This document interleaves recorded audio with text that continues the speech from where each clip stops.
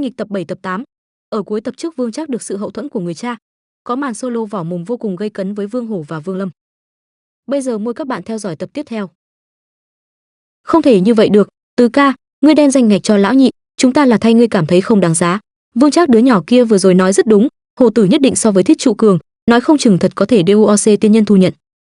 Ngũ đệ của cha Thiết Trụ ở một bên tiếp lời nói. Vương Trác cười đắc ý, thêm mắm thêm muối nói: này hết thảy đều là bọn họ cả nhà tự tìm phiền toái, ta cùng cha ta lúc trước đã từng khuyên, cũng vô dụng a, bọn họ cả nhà đều là tính cách con lừa, thô lỗ, hiện tại gặp trở ngại rồi, lại dựa vào ai đấy. Vương Hạo mặt lộ vẻ không đành lòng, nói: Thiết Trụ hắn. Không đợi hắn nói xong, cha Vương Hạo hung hăng chừng mắt nhìn hắn một cái, Vương Hạo ngữ khí bị kiềm hãm, than nhẹ một tiếng, không hề nói chen vào. Tứ thúc Thiết Trụ thầm than, trầm giọng nói: ai nhắc lại việc này, chính là không nể mặt lão tứ ta, việc này cứ như vậy kết thúc, Thiết Trụ đứa nhỏ này không được tuyển chúng, chỉ có thể nói là không có phúc phần. Thiết Trụ, ngươi cũng đừng đặt ở trong lòng, thật sự không được liền cùng tứ thúc đi ra ngoài. Hắc hắc, tiên nhân môn phái tứ thúc không thể nói rõ, nhưng nếu là phàm nhân môn phái trên giang hồ, tứ thúc yêu cầu vẫn là có thể, đến lúc đó ngươi cùng đệ đệ ngươi Hồ Tử cùng đi, ta vốn là dự tính đem hắn đưa đến môn phái trên giang hồ lịch lãm một phen. Vương Trác vừa nghe lời này, lập tức cười to, khinh miệt nói: Thiết Trụ, ta xem tứ thúc nói đúng, ngươi đi đi, đến lúc đó liền cùng người ta nói, ngươi là phế vật bị tiên nhân đào thải xuống, nói không chừng người ta vừa nghe lời này, lập tức sẽ thu nhận ngươi đấy. Vương Lâm chậm rãi ngẩng đầu lên, con ngươi tối đen thẫn thờ ở trên người những thân thích châm biếm chung quanh đảo qua, cuối cùng đặt ở trên người Vương Trác, một chữ nói: Vương Trác, ngươi hãy nghe cho kỹ, ta Vương Lâm cuộc đời này tuyệt đối sẽ bước vào tiên nhân môn phái, ngươi cùng cha ngươi đối cả nhà chúng ta châm biếm, ta sẽ từng cái ghi tạc trong lòng.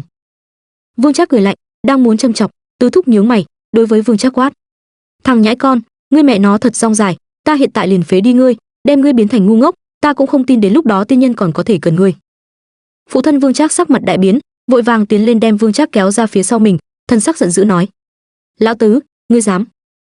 Thân thích bốn phía tất cả đều mang vẻ mặt cười lạnh, nhìn một màn trước mắt. Tứ thúc Thiết Trụ cười ha ha, trong mắt hàn quang lóe ra, trầm giọng nói: nga, đại ca, ngươi nói ta không dám. Phụ thân Thiết Trụ vội vàng tiến lên giữ chặt lão tứ, vội la lên: lão tứ, nghe nhị ca, trong nhà ngươi có lão bà đứa nhỏ, chẳng đáng vì nhị ca làm như vậy, tâm ý ngươi nhị ca đời này ghi nhớ trong lòng, lão tứ, ngươi tiễn ta một đoạn, ta và chị dâu ngươi mang Thiết Trụ về nhà. Tứ thúc Thiết Trụ nhìn chằm chằm phụ thân Vương Trác, cười lạnh vài tiếng, theo sau nhìn thật sâu nhị ca mình một cái, gật gật đầu, lôi Thiết Trụ đi, cùng phụ mẫu Thiết Trụ ly khai tòa nhà lớn. Xa xa, Vương Lâm bên tai loáng thoáng còn có thể nghe được tiếng châm biếm của đám thân thích trong viện. Ngồi ở trong xe ngựa tứ, cả nhà bước trên con đường về nhà. Bên trong xe ngựa một hồi yên tĩnh, phụ thân Thiết Trụ trong lòng cảm thán, nói không thất vọng đó là giả, nhưng Thiết Trụ dù sao cũng là con của hắn thầm than một tiếng, mở miệng nói: Thiết Trụ, này tính là gì, không sao, thời gian lúc trước cha ngươi bị đuổi ra gia môn, so với ngươi còn chán nản hơn, sau lại cũng không như vậy kiên trì đi xuống sao. Ngươi nghe lời cha, về nhà đọc sách thật tốt, sau năm kỳ thi lớn tranh thủ thi thành tích tốt, nếu là không thích đọc sách nữa, thì cùng ngươi tứ thúc đi ra ngoài giải sầu. Mẹ Thiết Trụ yêu thương nhìn con mình, khuyên giải an ủi nói: Thiết Trụ, ngươi cũng đừng làm chuyện điên rồ, mẹ chỉ có ngươi một cái đứa nhỏ, ngươi nếu có chuyện không may xảy ra, mẹ cũng không muốn sống nữa, oa nhi, ngươi phải kiên cường a. Nói xong, nước mắt bà ấy liền chảy xuống dưới. Vương Lâm nhìn cha mẹ, gật đầu nói: cha, nương, các ngươi yên tâm đi, ta sẽ không làm chuyện điên rồ, ta có tính toán, các ngươi không cần quan tâm. Mẹ Thiết Trụ đem Thiết Trụ ôm vào trong ngực, thấp giọng nói: Thiết Trụ à, hết thảy đều trôi qua, ta không nghĩ việc này nữa. Mẫu thân ôm ấp trong ngực, làm cho Vương Lâm vết thương tâm hồn dần dần có dấu hiệu khép lại. Vương Lâm mấy ngày nay quá mệt mỏi rồi, tâm lực tiều tụy, mệt mỏi không chịu nổi, theo xe ngựa thoải mái lên xuống, hắn dần dần ngủ đi. Hắn mơ một cái giấc mơ, mơ thấy chính mình trở thành tiên nhân, mang theo cha mẹ ở trên bầu trời bay tới bay lui. Đêm khuya, Thiết Trụ thức dậy, hắn nhìn phòng nhỏ bốn phía quen thuộc, than nhẹ một tiếng, ánh mắt chớp động, tính toán trong lòng càng thêm kiên định. Ra khỏi phòng nhỏ, hắn hướng về gian phòng cha mẹ liếc mắt nhìn thật sâu, cầm lấy giấy bút lưu lại một phong thư, lấy đủ lương khô, ly khai gia môn. Con đường cầu tiên, ta sẽ không bỏ cuộc, hàng nhạc phái, ta nhất định phải lại đi nếm thử một lần nữa. Cho dù vẫn cứ không thu, cũng nhất định phải nghe được vị trí tiên nhân môn phái khác ở đâu. Vương Lâm ánh mắt kiên định, vác cái bọc trên lưng, ly khai sơn thôn, hướng bên ngoài đi đến. Lúc này ánh trăng mở đường, tinh ngân chỉ hướng, đem bóng lưng Vương Lâm kéo ra rất dài, rất dài. 3 ngày sau, Vương Lâm đi ở trên sơn đạo hẻo lánh, hắn ngày đó được thanh niên họ Trương kẹp ở bên hông, khoảng khắc mở to mắt mơ hồ nhìn được phương hướng đại khái. Vẫn hướng đông, Vương Lâm không để ý cỏ dại cắt rách hai chân, kiên trì không ngừng đi tới. Một tuần sau, hắn đã hoàn toàn đi vào bên trong thâm sơn, may mà nơi đây dã thú ăn thịt người không nhiều lắm, Vương Lâm dọc theo đường đi thật cẩn thận. Rốt cục tại sáng sớm hôm nay, đứng ở đỉnh một tòa núi trọi rất xa thấy được kia quen thuộc đỉnh núi bị mây mù lượn lờ. Lúc này hắn đã kiệt sức, ngồi ở đỉnh núi lấy ra lương khô, cắn vài miếng, nhìn sơn môn Hằng Nhạc phái, ánh mắt hắn kiên định. Đúng lúc này, một tiếng thở dốc của dã thú từ phía sau truyền đến, Vương Lâm toàn thân tóc gáy dựng lên, quay đầu nhìn lại nhất thời sắc mặt tái nhợt. Một con hổ trắng cực lớn, trừng mắt hai mắt màu đỏ, mắt lộ ra dày đặc hàn ý, khóe miệng lại chảy xuống nước dãi, rơi trên mặt đất phát ra âm thanh lạch cạch, lạch cạch. Gầm lên một tiếng, hổ trắng vồ tới, Vương Lâm cười chua xót, không chút do dự từ một bên vách núi nhảy xuống, rơi xuống gió mạnh thổi vào mặt. Vương Lâm trong đầu nhịn không được hồi tưởng lại ánh mắt cha mẹ cùng với lời nói châm biếm của thân thích. Cha, mẹ, thiết trụ bất hiếu, xin vĩnh biệt. Nhánh cây mọc lan tràn ở trên vách núi, xen kẽ lung tung, thân thể Vương Lâm lấy tốc độ cực nhanh rơi xuống. Nhánh cây từ trên xuống dưới lần lượt đứt gãy, trong nháy mắt hắn đã rơi đến giữa vách núi, bỗng nhiên một cỗ lực hút khổng lồ đột nhiên xuất hiện. Vương Lâm thân bất do kỳ bị lực hút này lôi đi, túm vào một chỗ bên trong huyệt động ở khe hở vách núi, gắt gao dán tại trên vách tường bên trong huyệt động. Vương Lâm lúc hôn mơ chỉ cảm thấy thân thể giống như bị nguồn gió điên cuồng bị phía sau hút vào, rất lâu sau đó, lực hút này mới dần dần biến mất, thân thể hắn từ trên vách tường ngã xuống. Kéo dài nửa ngày, hắn mới giãy giụa bò lên, toàn thân quần áo bị nhánh cây vét thành mảnh vải, trên thân thể vết thương càng dày đặc, nhất là cánh tay phải, đau nhức không ngừng, sưng lên thật to. Đau đớn bức rứt như thủy triều từng trận vọt tới, hột mồ hôi to như hạt đậu ào ào chảy xuống, hắn sờ một cái, không rõ xương cốt có hay không rạn nứt, nhưng hiển nhiên vết thương này là vừa mới và đập vào vách tường mà tạo thành. Đứng lên, quan sát bốn phía, phát hiện nơi này là một thiên nhiên huyệt động không lớn, ánh mặt trời theo cửa huyệt động chiếu vào, khắp nơi đều có hài cốt chim thú. Ở trên vách tường phía sau hắn, có một hắc động lớn bằng nắm tay, bên trong tối như mực nhìn không thấy sâu bao nhiêu, hắn làm một cái phân tích đơn giản, mơ hồ nhận được một đáp án. Ban nãy lực hút kia đột nhiên xuất hiện, hiển nhiên chính là từ bên trong lỗ nhỏ này truyền ra, hài cốt các loại chim trên mặt đất, hẳn là cùng hắn giống nhau bị hút vào đây rồi ngã chết. Lực hút này hẳn là không biết khi nào thì xuất hiện, đúng lúc khoảng khắc hắn té xuống đột nhiên xuất hiện, lúc này mới cứu hắn một mạng. Vương Lâm cố nén cánh tay phải đau đớn, đang muốn hướng ngoài động đi đến, đột nhiên hài cốt trên mặt đất không có gió tự động về phía sau vọt đi, Vương Lâm không nói lời nào vội vàng lăn đến một bên góc. Tại đây trong nháy mắt, khó có thể tưởng tượng lực hút khổng lồ từ bên trong lỗ nhỏ trên vách tường xuất hiện, hài cốt chim thú trên mặt đất rung động ào ào, không ngừng mà bị hút vào bên trong lỗ nhỏ, có xương cốt diện tích trọng đại, giống như bị dính vào sinh sôi trên vách tường, lấp kín lỗ nhỏ. Mặc dù như vậy, nhưng lực hút vẫn cứ dữ dội, lúc này một con phi điểu từ bên ngoài cửa huyệt động bị hút vào, lấy tốc độ cực nhanh một tiếng bộp đánh vào trên vách tường, máu tươi văng khắp nơi.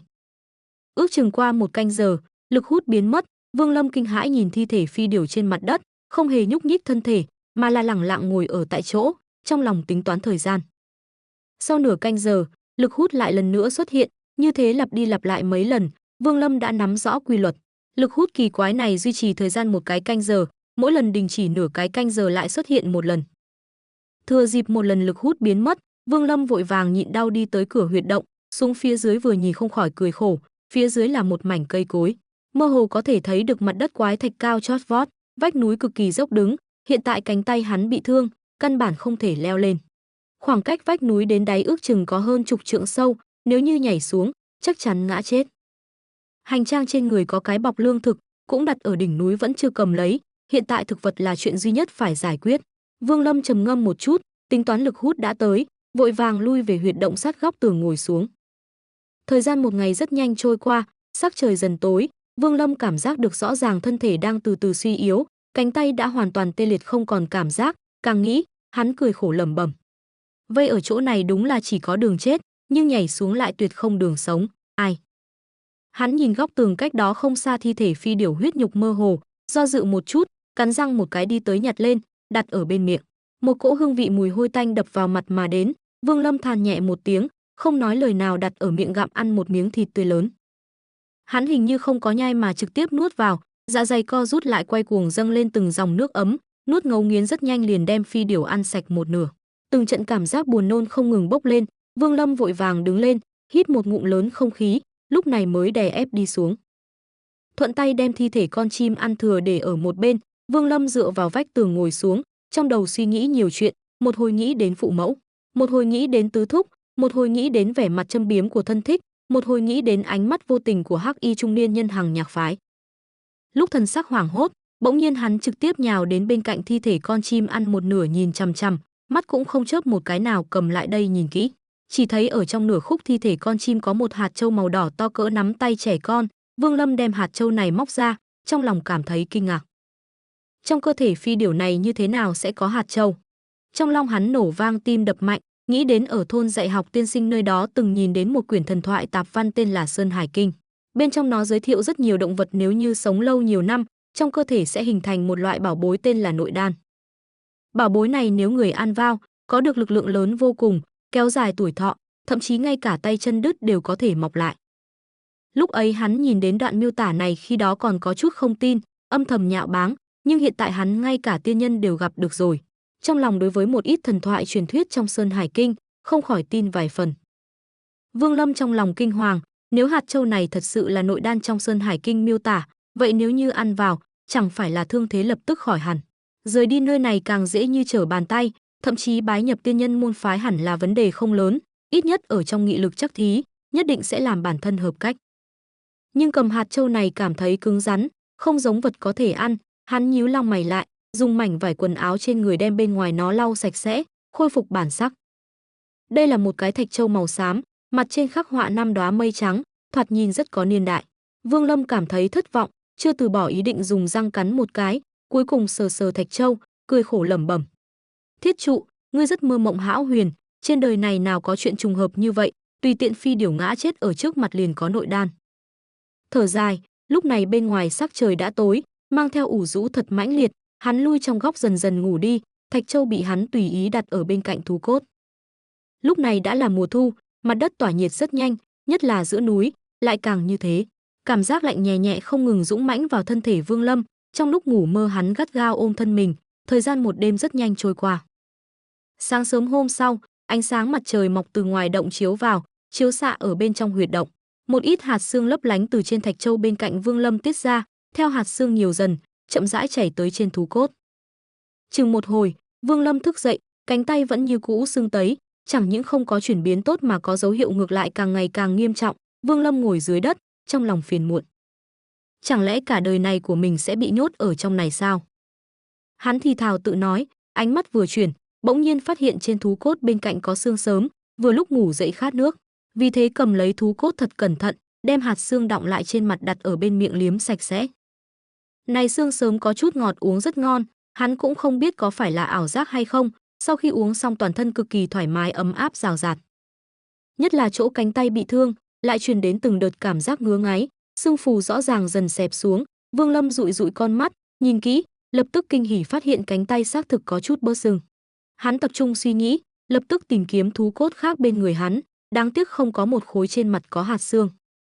Còn đang nghi hoặc, bỗng nhiên hắn đem ánh mắt đặt ở thạch châu bên cạnh, chăm chú nhìn kỹ, ở mặt trên nhìn đến một giọt xương sớm, rất nhỏ, hắn nhớ lại vừa rồi thú cốt đúng là có hạt xương siết chặt lấy thạch châu. Hắn nhẹ nhàng cầm lấy thạch châu, trái tim chỉ không ngừng đập lên rất nhanh. Do dự một chút không nói lời nào đặt ở trên cánh tay lăn đi, đem hạt xương mặt trên đều đều đến bôi lên ở vị trí sưng tấy. Một tia cảm giác mát lạnh từ cánh tay truyền đến, Vương Lâm mắt không chớp cái nào, nhìn chằm chằm cánh tay, hồi lâu sau đó mắt hắn lộ ra vẻ vui mừng. Cánh tay sưng tấy thần kỳ xẹp xuống, hắn vung tay động một chút, mặc dù vẫn còn có chút đau đớn, nhưng đã mất trở ngại. Thạch châu này nhất định là cái bảo bối. Vương Lâm kinh hỉ không thôi.